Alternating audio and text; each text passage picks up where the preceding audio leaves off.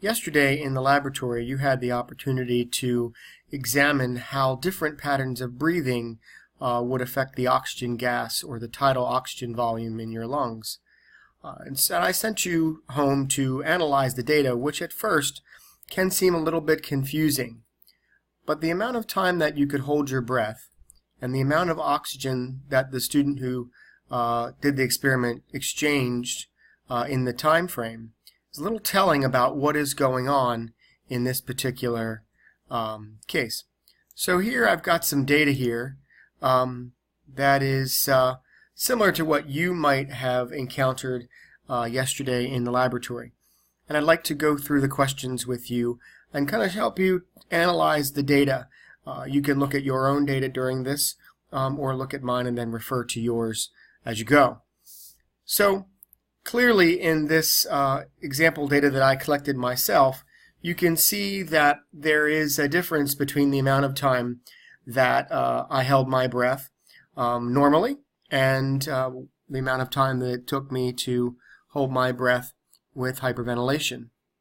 You can see here that I was able to hold my breath for 42 seconds just breathing normally, but was able to increase that time to about 66 seconds after I hyperventilated. Why might this be the case? Some of you might hypothesize that it's because after hyperventilation you inhaled more oxygen. Others might have hypothesized that after hyperventilation you cleared your lungs of carbon dioxide. Some may even hypothesize that by expanding your lungs during the hyperventilation, that the breath you took then was larger than the breath that you would normally take. And all of those are good and valid hypotheses for this data. So the second question asked you to look at which trial allowed the student to exchange more oxygen between the lungs and the body tissues. And that's easy to see by looking at the difference between the oxygen in the lungs at the beginning of the breath in the bottle at the end of the trial. If we assume that a student took a breath with the same amount of oxygen that was in the bottle at the start, the amount of oxygen that was in the air, and then returned a breath back to the bottle that had used some of that oxygen, then the percentage of oxygen gas would have gone down. And that occurs in both of these trials, but more obviously so in this case in the hyperventilation trial, where the amount of oxygen exchange was a little bit larger in my case than for normal breathing. Why might that be the case? You can see that in hyperventilation I held my breath longer.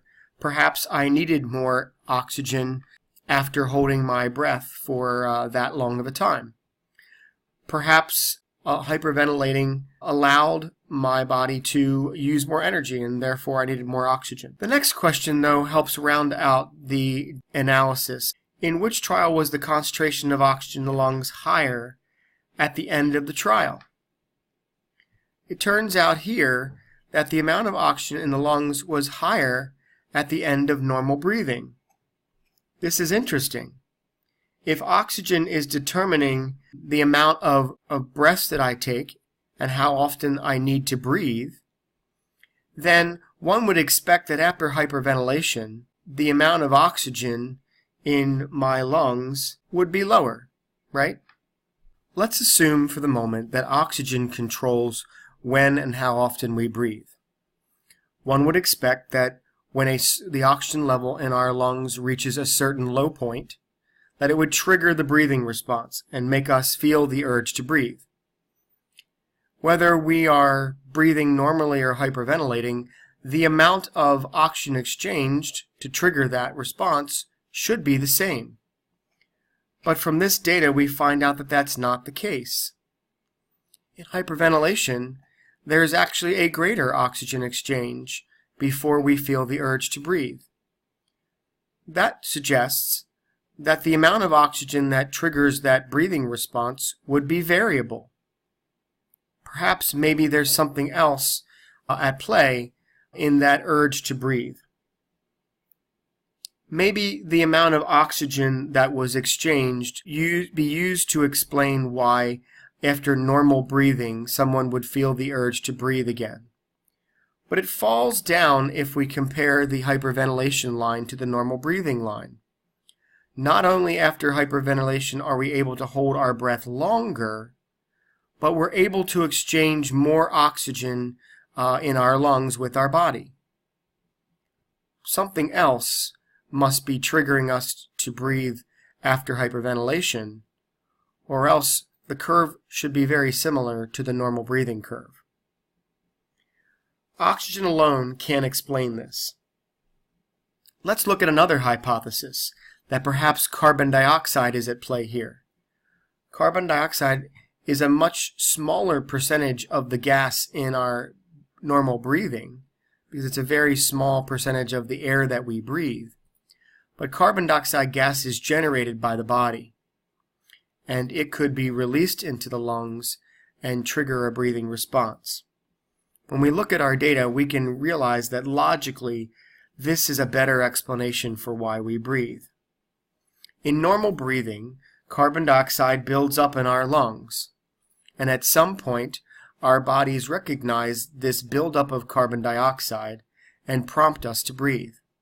In hyperventilation, we forcefully empty our lungs 10 times. That eliminates a lot of residual carbon dioxide that might be remaining in our lung spaces in a very short period of time, much shorter than our body can replace it by normal carbon dioxide return from our tissues. Therefore, after hyperventilation, when we hold our breath, it takes a longer amount of time for the same amount of carbon dioxide that triggered normal breathing to trigger another breath after hyperventilation. This would easily explain why we tend to hold our breath longer after hyperventilation than normal breathing. Furthermore, if I can hold my breath longer, then the amount of oxygen that might be exchanged in that time could reasonably be explained to be lower, because the longer I hold my breath, the more oxygen can be exchanged with my blood and thus the tissues of my body. It turns out that both oxygen and carbon dioxide play a role in triggering when you breathe, but it is carbon dioxide, as can be seen from logically analyzing this data, that is having a greater effect. Another aspect of this that we didn't investigate in the laboratory is why our bodies would use carbon dioxide as a trigger rather than oxygen.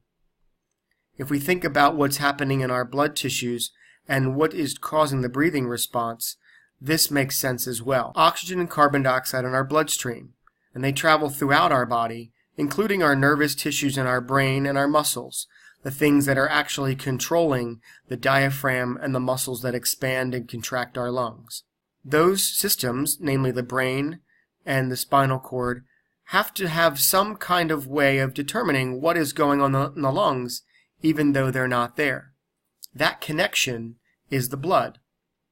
Oxygen dissolved in the blood is relatively benign and doesn't really have too much of an effect, other than to oxygenate the blood. But carbon dioxide in the blood, as you know, will have an effect when it dissolves into a liquid.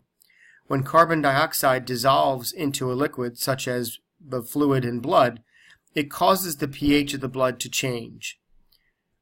That change in pH can be detected by the brain, the spinal cord, and other tissues in the body.